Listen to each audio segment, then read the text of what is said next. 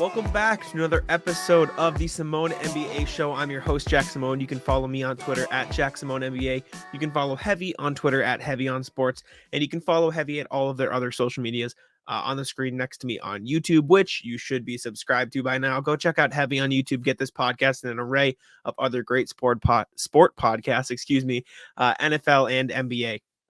So today I've got a few things to talk about, some basketball, some not basketball. I want to touch on the Kyrie Irving, Ime Udoka situation at the start, but then we're going to get into a few teams that have notable news lines going on, some reporting from Heavy about the Warriors, Celtics, Bucks, the Mavericks, who I've been really enjoying watching, and the Cavaliers a little bit too later as well. So without further ado, let's start it off. So I don't want to spend too long on this because I feel like it's been talked about enough, and to be honest, I'm kind of sick of talking about Kyrie Irving, but the way that the NBA and the Nets have handled the situation is honestly a little bit embarrassing. That's the word I keep using on Twitter and on my other podcast. I host a Celtics podcast too. How about them Celtics? But Kyrie Irving went online and he promoted a anti-Semitic movie with quotes from Hitler in it.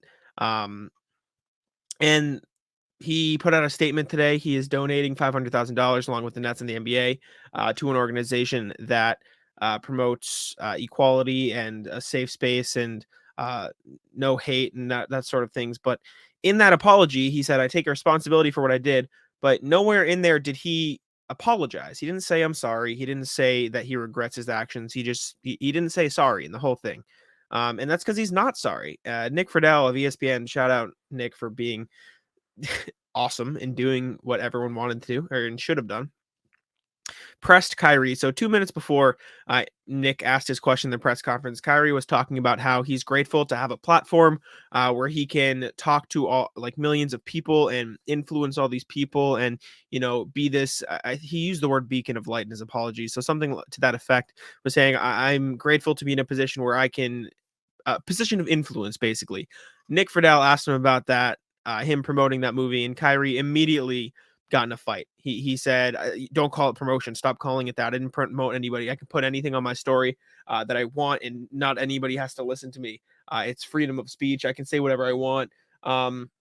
He said it's Amazon. The movie was on Amazon. He goes, did I do anything illegal? Did I hurt anybody? Did I harm anybody? Am I going out and saying that I hate one specific group? It's on Amazon, a public platform. Whether you want to go watch it or not, it's up to you. I'm no different than the next human being, so don't treat me any different. So in a span of 2 minutes, he's contradicting himself, first of all, over something that's blatantly anti-Semitic.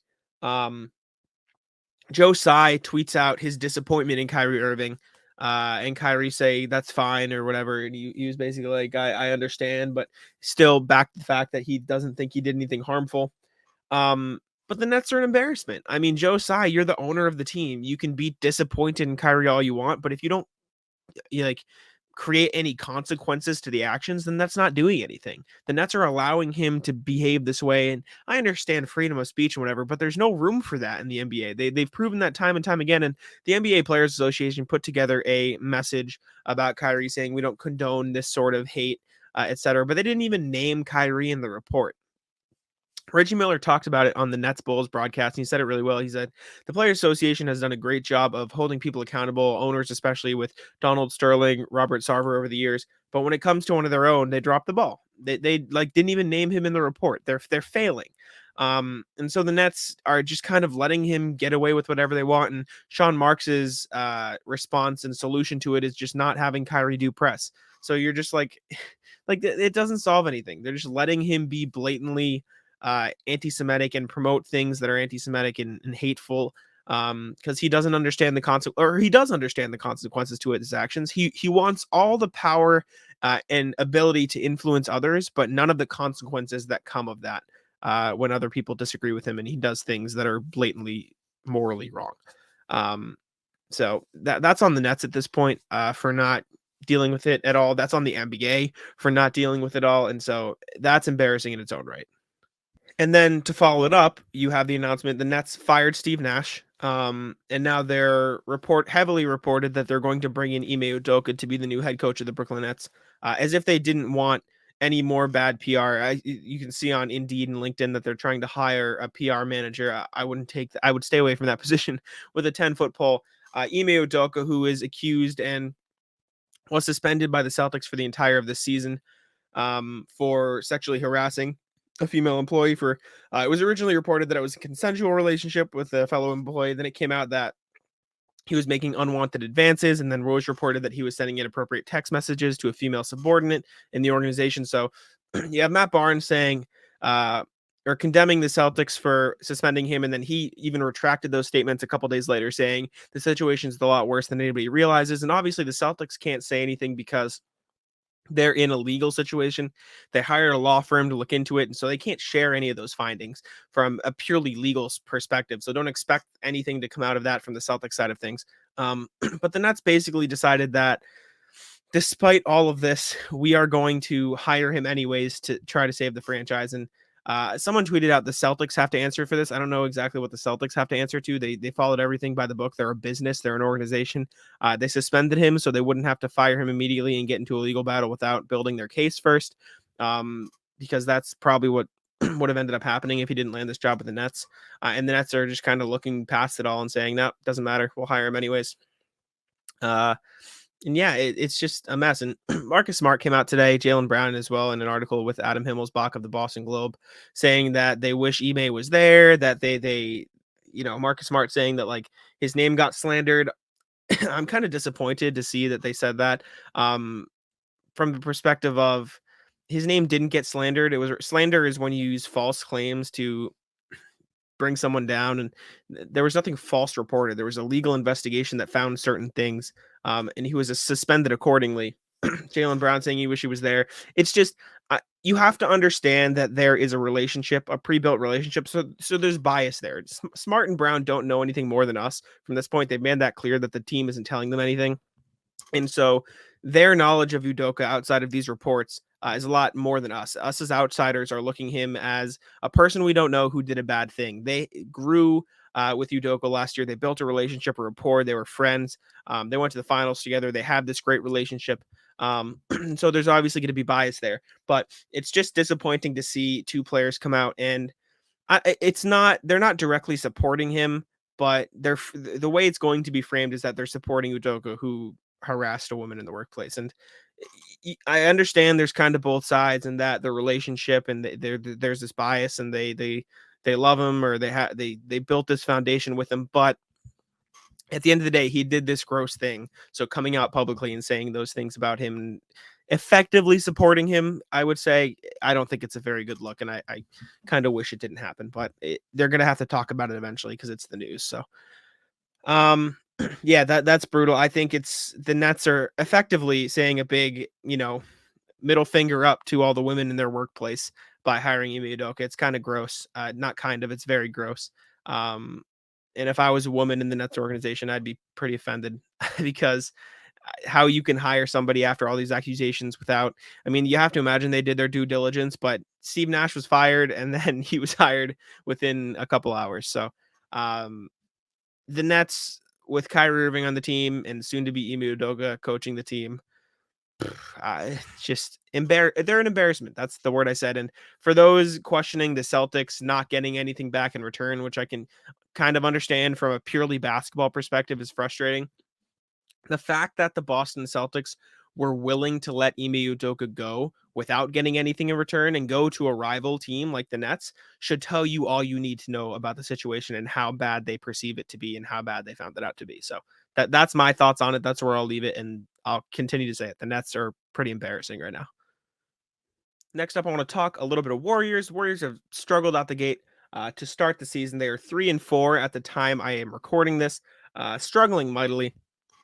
The defense isn't really holding up. They're fouling a lot. I think they're fouling the most out of anybody, or they're at least in the top three, and the same goes for free throws allowed. But the story I have is some original reporting from heavy.com. I wrote it up from a quote that I got from Sean Devaney, who spoke to a Western Conference executive. The quote's about Draymond Green. So I'll read it here for you now. This is from a Western Conference executive saying, yeah, there has never been a sense that they were ready to move on from Draymond, but a lot has changed in the last couple of months. They gave out extensions to Poole and Wiggins, obviously. And that was a pretty clear sign, like, okay, we're not all in on Draymond from here on out. So that's the first trunk, saying that Golden State isn't all in on Draymond. And it's not hard to believe after what happened with Jordan Poole this summer and the punch. And Everything that happened since the documentary, which probably wasn't the best look from Draymond and him saying, "Oh, I was committed to TNT and I told them I'd do it. I don't back out of that sort of stuff." Well, after you punch a teammate at practice, maybe you consider backing out a little bit. But regardless of that, the Warriors already had some very tough decisions to make about their contracts, and they kind of decided on that when they signed Jordan Poole and Andrew Wiggins to 4-year contract extensions. By the way, the Andrew Wiggins contract extension is going to be one of the biggest steals in the league for a long time. But regardless, they didn't give Draymond Green a contract extension, and he probably wouldn't have wanted to sign one anyways because he can make more money next summer by signing because the cap will rise, et cetera, all that semantics and stuff. But if he declines his player option, which is now more 50-50 because of the whole punching pool situation, then he doesn't have as much wiggle room to re-sign with the Warriors. Will they sign him to a max contract and keep him around? Will they be willing to spend that much money? I don't know. They've already spent a lot more than a lot of people anticipated them spending. But there's also a team like the Lakers. You've heard the reports. Another quote from a Western Conference executive that came from Sean Devaney was, Draymond's been following LeBron James around like a puppy dog for months. So there's a chance the Lakers probably want him, saying that LeBron wants him, Draymond wants the Lakers. So that could be a very clear option for next summer. But the second part of this quote I have via Sean from a West exec is probably the more interesting part, I should say. Excuse me, I have something in my throat. Saying if Draymond had been a good soldier all the way, maybe they planned to work it out with him, but everything that happened gave them the opening to move on from him, and the other guys are going to be okay with it. Individually, I'm not sure anyone would say Steph or Clay is fed up with the situation or anything, but the organization is more in a position to move on from him, and you have to think that would not be the case if they did not think Steph and Clay were on board. So effectively saying that Stephen Curry and Klay Thompson are pretty much on board with the idea of moving on from Draymond Green, which is big news because this past summer you've heard the report saying, Steph is terrified, or excuse me, the front office is terrified of Stephen Curry, and that you know, getting rid of Draymond isn't really in the options for Golden State because of his relationship with Steph and Clay and the fact that they wouldn't want to move on from him because they see themselves as a package deal. But you saw how mad Steph Curry was at the press conference when they had to talk about Dre punching a teammate when the video leaked. Klay Thompson is a bit more in the background, quiet, but this quote saying that they're okay with letting him go kind of speaks volumes as to how not necessarily fed up, like it said, but how okay they would be with moving on because as integral a part Draymond Green is to the organization, his actions and his willingness to kind of just be him and not take the team into account. And that's a bit harsh. He does take the team into account, but his I can't think of the word, his actions, I'll just say, because I can't think of the adjective, speak very loud. And it seems like they're kind of just ready to move on. So that's what I have on Draymond and Steph Curry. You can read those articles at Heavy on Warriors. Another quote that we got was about Jonathan Kuminga and basically talking about how he's frustrated with his situation. You've heard Steve Kerr and Steph Curry talk about it too. Excuse me. But the quote I have from a Western Conference exec via Devaney again, the guy you worry about is Kuminga. The stuff that was said about him, about his work ethic and all of that, the reality is he wasn't playing and he was frustrated. Everyone knew it last year. With the Warriors, they have been lucky that everyone that they have, it kind of falls in line. Moody, Wiseman, I think those guys get it, but Kuminga wants to play. He has never been in this situation, and it is obviously hard for him. He could probably average 12, 15 points a game if he played regular minutes, and he knows that. But the way this team is built, he has to wait, and it does not seem like waiting is in his DNA. Basically saying that Jonathan Kuminga isn't a part of the rotation right now, and he's not very happy with that. That was the case last year. He didn't play a ton of minutes last year. He got some run due to injuries and stuff, but so far this season, Jonathan Kuminga is averaging just 10.9 minutes per game. The only players on the Warriors roster playing less minutes per game than Jonathan Kuminga are Anthony Lamb, Patrick Baldwin Jr., and Ryan Rollins. Players that are averaging more minutes than Jonathan Kuminga include JaMychal Green, who has appeared in more games than him, Moses Moody, who's appeared in more games than him. Ty Jerome has appeared in one less game than him, yeah, but he's playing more minutes per game. James Wiseman's playing more minutes. Dante DiVincenzo, who's been hurt, was playing in more minutes when he was healthy. JaMychal Green is getting 8 more minutes per game, and they play the same position. So you have to imagine the guy's frustrated. He was a lottery pick, a top 10 pick one of the most hyped prospects coming out of the 2021, I believe, draft. Yeah, 2021 draft.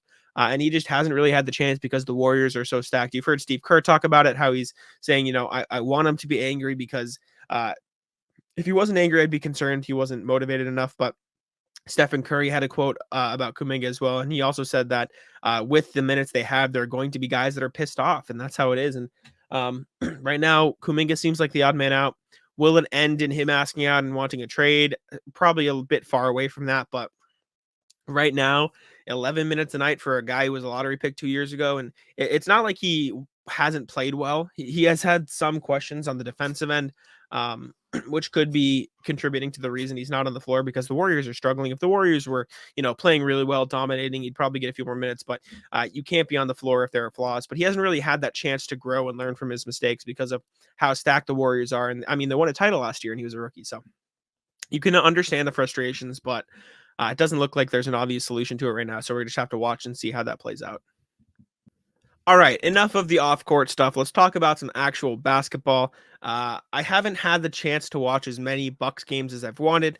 I cover the Celtics mainly and the Warriors and Mavericks a little bit as well, but my main focus is Celtics. I'm from Boston, so that's where the majority of my time gets spent. But obviously, I host an NBA show. I watch basketball everywhere. But from what I have seen and from what I've read and the replays I've watched, the Bucks, obviously, I mean, by the records, you can tell the Bucks have been phenomenal this year. Right now, in my opinion, they're the front runners to win the championship, and it's a bit early for that. Obviously, they're 7-0. There's been 7 games this season, but right now they look amazing. And Chris Middleton isn't even on the floor, and there's an argument, to be had that they would have made a further run in the playoffs last year had Chris Middleton been healthy. Obviously, there are injuries every year. The Bucks got unlucky. That's not taking away from what the Celtics did, but it's just a fact. Middleton's still not back from that injury. But talking about the Bucks this year, Giannis is pretty clearly the front runner for MVP right now. I think it would be very hard to argue for anybody else in the MVP conversation outside of Giannis. Right now, as I am recording this, they are 7-0. Giannis is averaging 33.6 points, 12.7 rebounds, 5 assists, 1 steal, 1.7 blocks, or 1.1 steal, I should say. Shooting the ball well, 24% from 3, but you're going to get that from Giannis. He's phenomenal. But what's really intriguing about the Bucks, and we're not going to spend too long on the Bucks or the other teams I'm talking about, but we're going to run through quickly because this isn't a long podcast anyways. The real intriguing thing about the Bucks is the number of players they have on Basketball Reference's MVP tracker. Shall we check that? Let's type this in. Basketball Reference MVP tracker. Can you guess who the 3 players are on the MVP tracker for the Bucks? You'd think it would be Chris Middleton. And since the meme went around, it has changed. So Giannis is number 1 on the MVP tracker. Drew Holiday is 6, and Shai Gilgeous-Alexander is 10th now, and deservedly so. He's been amazing. We talked about that last week with 3 Cone. Shameless plug. Go check out the last podcast. But for a while there, Brook Lopez was 10th on the MVP tracker, and rightfully so. He's been amazing this season. The Bucks struggled somewhat in the regular season last year, and missing Brook Lopez, was a huge part of that.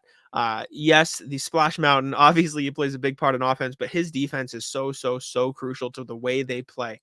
Mike Budenholzer does not bring guys out to the three-point line. He dips back deep into the paint. But that only works when you have a rim protector like Brook Lopez. He lets you shoot threes. He protects the paint at all costs. And Brook Lopez has really been shining in that role this season. He's averaging 3 blocks a game so far this year.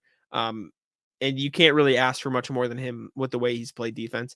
Also averaging 14.7 points, 6.9 rebounds.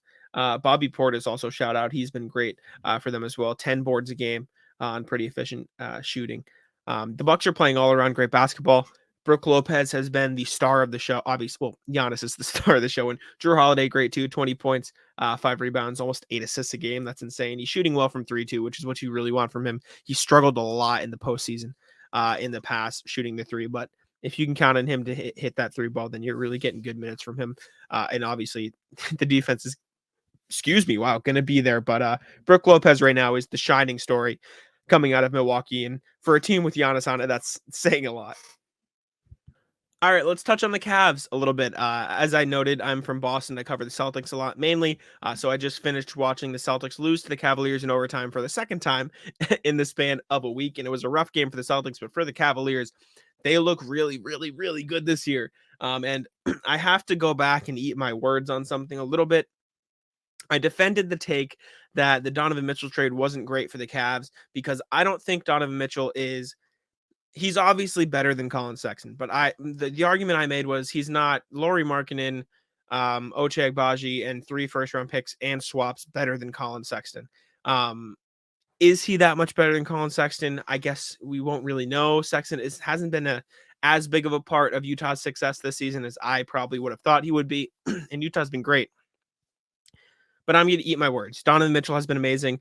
I completely take it back. He's been great for this Cavaliers team, and maybe Colin Sexton could have filled that role too, because I do still think they play somewhat similar games. But Donovan Mitchell's been great. He's averaging 31 points this year, shooting 48% from the field, 44% from three, 4.5 rebounds, 7 assists, 1.6 steals. I mean, he's been phenomenal for them. He's an MVP candidate if you look at Basketball Reference's tracker. Making tough shots, hitting those tough looks that you need from all-star players in those tough moments that they didn't really have last year. Obviously, they have Garland, but having that guy, I say on the wing, but he's 6'1", at the 2 guard position who can hit those shots and be that dynamic scorer. He's playing not terrible defense either, which is something you've kind of seen him struggle with in recent years, but he's playing pretty well on defense as well. So shout out Donovan Mitchell for putting together a great season so far.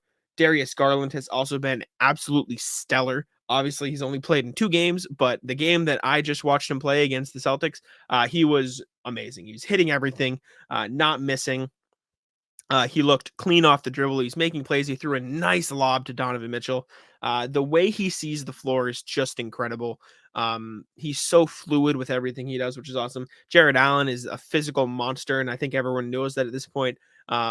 He's great for them. He kind of provides that balance, that interior presence. He killed the Celtics on the glass, and he's averaging 12 rebounds a game, so that's just kind of what he does. 4.3 offensive rebounds a game for Jared Allen this season. Like he is the interior presence that you need on a team with Donovan Mitchell and Darius Garland, sort of similar to the one that Rudy Gobert was for the Jazz, except Jared Allen is probably a better offensive player than Rudy Gobert. No slight to him, but Jared Allen 3rd in the league in offensive rebounds behind Jakob Poeltl and Rudy Gobert.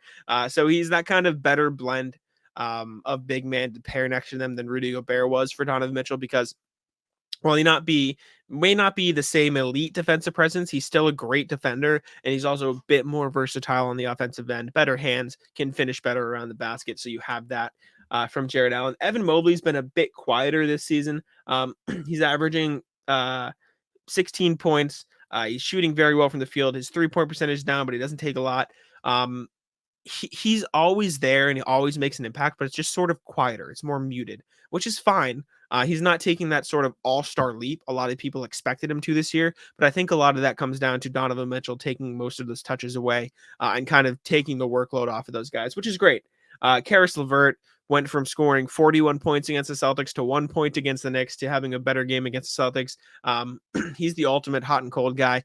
He loves playing at TD Garden, I'll say that, but he's been great for them. They just have a very good team, and shout out to Dean Wade.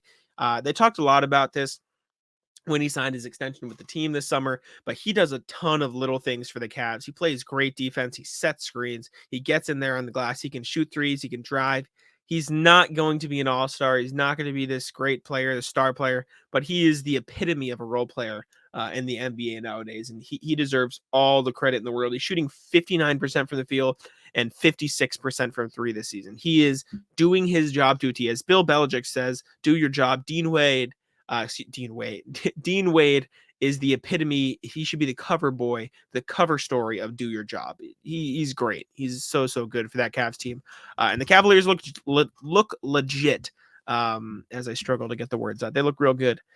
Excited to see what they can accomplish. And they're a team that you can kind of root for. I mean, they don't really have any enemies. I mean, I enjoy watching basketball regardless, but the drama side of things, you can root against Kevin Durant, you can root against LeBron James and the Lakers, you can even root against the Warriors if you're sick of them winning, but the Cavs team are young, they're hungry, they're looking to prove themselves, they're on an accelerated timeline that no one expected them to be this good this fast. a lot of fun guys there, a lot of fun players to root for. And they just play a very fun brand of basketball. So go check out a Cavs game if you haven't yet. They're cool. Now, on the flip side of that Cavs Celtics games, just watched, the Celtics kind of look slow to start the game. I mean, Jason Tatum has been pretty good on offense. He had a slow game against the Cavs in the night I'm recording this, which is the 2nd of November.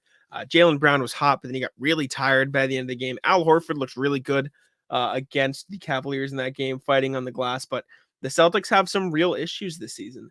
Similar to the Warriors with their fouling, the Celtics have some issues in the sense that their perimeter defense looks bad. They were the best defense in the league last year, and yes, missing Robert Williams is huge, but they're getting blown by. Donovan Mitchell will blow by them. You look back at that Bulls game, DeMar DeRozan, and Zach LaVine were getting right by them. You look at the Heat game, Tyler Hero was getting whatever he wanted. They fouled James Harden on opening night 3 times on 3-point shots. Karis LeVert went for 41 points. They have real perimeter defense issues, and it starts with the pick and roll. They can't really decide what they're doing in the pick and roll. They played a lot of drop defense earlier this year, but they got torched at the 3-point line. Now they play this kind of like semi-drop where Horford comes up to the free throw line and tries to contest, but that just gives Donovan Mitchell space to either pull up for a 3 or get to the lane past Al Horford. So that doesn't exactly work. Darius Garland will cook them. They fight through it, but that doesn't work.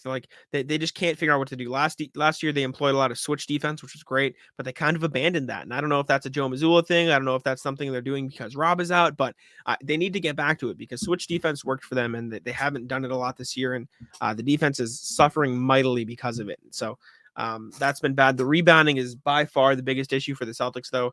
Well, no, I would say perimeter defense is worse in my opinion, but rebounding is huge for them. They get killed on the glass every single night. The guards fought really well against the Cavs, but Jared Allen was too much. Grant Williams got in there, got a few offensive rebounds. He was fighting, but it wasn't enough. Al Horford is 36 years old. They said they wanted to cut back his minutes, but he's been playing because of the Rob injury and the lack of quality bigs behind him, and Cornette and Vonleh, who I like Cornette and Vonleh for what they are, but neither of them are backup bigs in the NBA. They're third string bigs at best. So that's tough. So far this season, Jason Tatum's numbers look great. He's averaging 30 points, 7 rebounds, 3.5 assists on 55, 41, 90 shooting. So he looks phenomenal.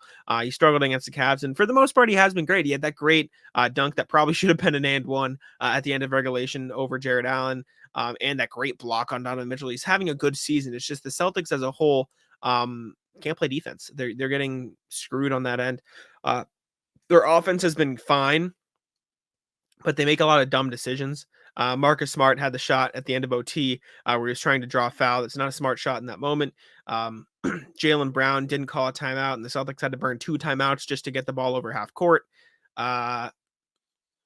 There's just time and time again, they take dumb threes. Donovan Mitchell will hit a 3 on one end. Jaylen Brown immediately tries to match. That was in the first Cavs game. They try to match baskets instead of just playing smart offense. Joe Mazzulla had a quote earlier this year where he basically said, you can't get bored with playing the right way.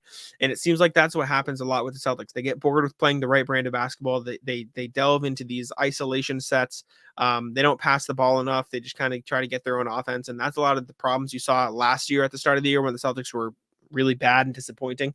So you want to see them turn it around, because when their offense is playing their correct way and passing the ball and moving it and cutting and getting open threes in the corner, they're amazing. They were the best offense in the NBA, I think, for a couple games there at the start of the season. They have that potential, but they just they dive into playing the wrong way. Jaylen Brown averaging 25. He's playing well. After that, you have Malcolm Brogdon at 13 and a bunch of guys around 10 points. Derek White, Grant Williams, Marcus Smart, all around 9.5, 9.6, 9.7. Horford's there too, but they really just need help rebounding. They need, I don't know if it's a trade for a big man or just waiting till Rob's back. They need that, and they need to stay connected on defense on the perimeter, because those two things are absolutely killing them. Plus the just mishaps and stupid mistakes on offense. They got some things to figure out. There's plenty of season left, but right now they kind of look scrambled. That's the word I'd use to describe it. And lastly, I want to talk about what I consider my favorite team to watch so far this year, the Dallas Mavericks. I just love Luka. It's my guilty pleasure. Also, I wanted to cut back real quick. Kyrie Irving and the Nets were donating to the Anti-Defamation League. I couldn't remember what it was called, and I just remembered to look because I was scatterbrained. But that's what they were donating. Not getting back into it. I'm just going back to clarify. But the Dallas Mavericks have been, in my opinion, a joy to watch this season. They're not exactly showing up in the results just yet. They've lost a few close games. some games they probably shouldn't have lost. The Thunder game, I saw this crazy stat. It was like there were teams with a 16-point lead in the final 4 minutes were 9,001 or something, and then the Thunder did it, so it was 9,002. They're 4-3 on the year at the time of me recording this. They definitely have some issues. They need to close out those games better, get Luka the ball more, get as crazy as that is because how much he touches it. But what I wanted to talk about basically was just Luka Doncic being my favorite player to watch. He's been so fun. The way he controls the game, the way he can do whatever he wants on the court. His shooting hasn't been there this season. He's shooting just 22.6% on almost 9 threes a game, but he can get into the paint. He can get whatever he wants. He's averaging 37 points, 9.5 rebounds, 8.7 assists. Christian Wood's having a good season. We'll talk about him a little bit more as well in a sec. Spencer Dinwiddie has been so good for them, so crucial, replacing what Jalen Brunson brought as a secondary ball handler, leading the offense when Luka isn't there, and being a great shooter, 45.5% from the three-point line when Luka is on the floor with him. They've got other great shooters around him too. Reggie Bullock shooting it really well. Kleber isn't shooting as well, but he can. Josh Green minutes have been super fun this year because of what he can do on defense and the fact that he's shooting a little bit better. So he needs more minutes. Jason Kidd even said that. Tim Hardaway Jr. is back. He's not shooting exactly well, but he's there. He has those spark plug moments that he's known for. But the biggest storyline going on in Dallas, unfortunately, has nothing to do with Luka, and instead this kind of constant battle at the center position. You have JaVale McGee, who's been the starter this year. Christian Wood coming off the bench, averaging 16.7 points, 8.2 rebounds, shooting 57% from the field, almost 56% from three. He's been great. But everyone's asking why isn't he starting? And more importantly, why isn't he closing? Because he hasn't really been a part of closing lineups this year. I think he might have been he was in the fourth quarter, late in the fourth quarter in the game I was watching tonight against I can't remember who they were playing, the Jazz. I don't know if he closed that out because I cut it off to record this, but yeah, the thing is Maxi Kleber's been closing, and the one game that stood out when Christian Wood did get closing minutes was that Thunder game when they blew the lead, and afterwards Jason Kidd kind of in a moment of frustration went on this rant saying, aren't you going to ask me the question I know you're going to ask me? Basically saying, I finally left Wood in the closing lineup, and look what happened. Which can't be great to hear if you're Christian Wood. Now, I understand Kidd's rationale because I think Maxi Kleber is a better defender than Christian Wood, at least positionally down low. He can stay up straight. He doesn't get blown by as much. He's not as good of a shooter this season. He has been in years past. This season, he is not. He's a better offensive player, but at the same time, do you want people to play off Luka? Do you want like the secondary scorer next to Luka has been Dinwiddie? Do you want that at the big man position too? Do you want to put in the defense there instead?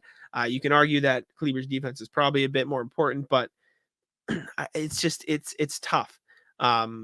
I think you should give Wood those chances, but it's a tough look when you blow a 16-point lead in your first chance.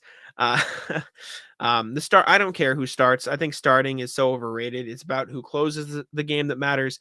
You look at Tyler Hero with the Heat last year. He rarely started. He was like their third best player. Starting is it doesn't matter unless you're the player. And maybe Christian Wood wants to start, and he's been their second or third best player, maybe behind Dinwiddie too. So maybe you put him in the starting lineup to appease him and you give him those reps. Because when he plays next to Luka, the offense is amazing. It's just the defense that you worry about. Jason Kidd basically said that what he looks for in the closing lineup is defense, on-ball defense, and players that can play off of Luka and take the pressure off of him. And I think Wood definitely does that on offense, take the pressure off him and play next to him well. He just needs to work on the defense. And once he gets that down, I think he should get into this closing lineup. He just has to earn that trust from Jason Kidd. So it's interesting, but regardless, Mavericks have been one of my joys to watch this year. I love watching Luka Doncic. He's just so fun, and it's not a hot take or anything. I mean, it's Luka Doncic, but he's been great to watch. I love him. So another team in addition to the Cavs that I highly recommend checking out. Some other ones, just while we're on the topic, I enjoy watching the Wizards this year. They're not amazing, but they're fun. Porzingis looks better. The beard is great. I can't grow one of my own, so I watch Porzingis. He's been cool. I just had a team off the top of my head. The Jazz are fun. That's not who I was going to say. I'm going to go to the NBA standings here. The Thunder were another team because Shea is Shea is awesome. How can you not love watching Shea? The Lillard Blazers were a team I wanted to watch more, but obviously with the Lillard injury, not as fun. I need to catch more Raptors game. That's the other team I'm going to watch. I think a Raptors game tonight because Siakam From what I've heard and the brief games I've seen, they're one of the teams I need to watch more of. Has been amazing. So I think I'm going to watch a Raps game tonight. But yeah, Cleveland, Washington, Mavericks. Those are kind of one of my top 3 teams so far, with teams that I know are probably better and more fun to watch that I need to dive into a bit more. But yeah, anyways, wrap around. Luka, very fun, obviously. And that'll do it for another episode of the Simone NBA Show. It's just me this time, no guests. Hopefully, we're gonna have a guest for you guys next week and moving forward. But I'm the host of the show, so hopefully you like listening to me enough to stick around. I appreciate all the support moving forward and in the past, and on the 3Cone interview. 3Cone's awesome. You love Cone. Hope you guys enjoyed that one. Go check it out if you haven't. It's on the YouTube channel and Spotify, Apple. Same place you can find this podcast, anywhere you find your podcast, The Simone NBA Show. You can follow me on Twitter at Jack Simone NBA. You can follow Heavy on Twitter at Heavy on Sports, and you can find them at all of their other socials next to me on the YouTube channel, which, again, you should be subscribed to by now. Go hit that subscribe button there. And yeah, I'll see you guys next week. Appreciate the support. Peace out.